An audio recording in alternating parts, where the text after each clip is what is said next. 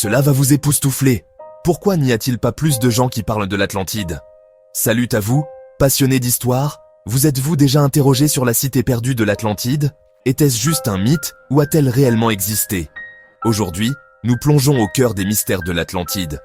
Embarquons pour une aventure à la découverte de la vérité derrière cette civilisation légendaire.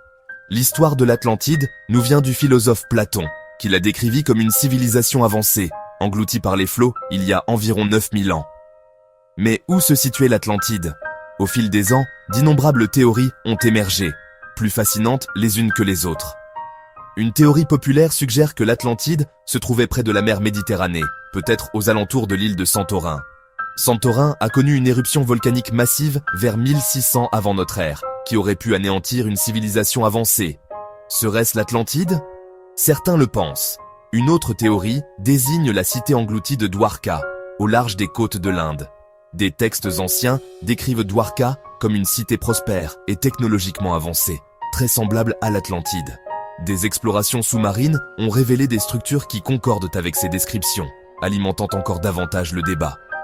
Il y a aussi ceux qui pensent que l'Atlantide était située dans l'océan Atlantique, près du triangle des Bermudes.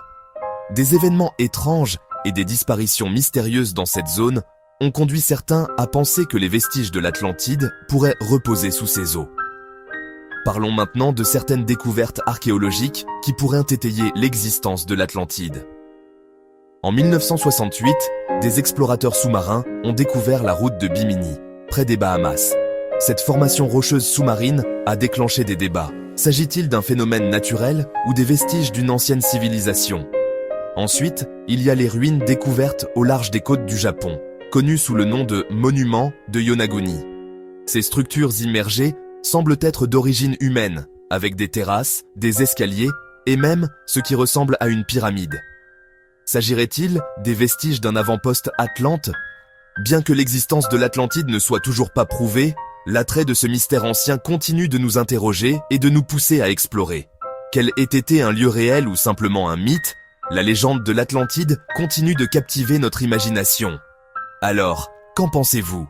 L'Atlantide n'est-elle qu'une histoire, ou y a-t-il plus à découvrir dans ce récit ancien?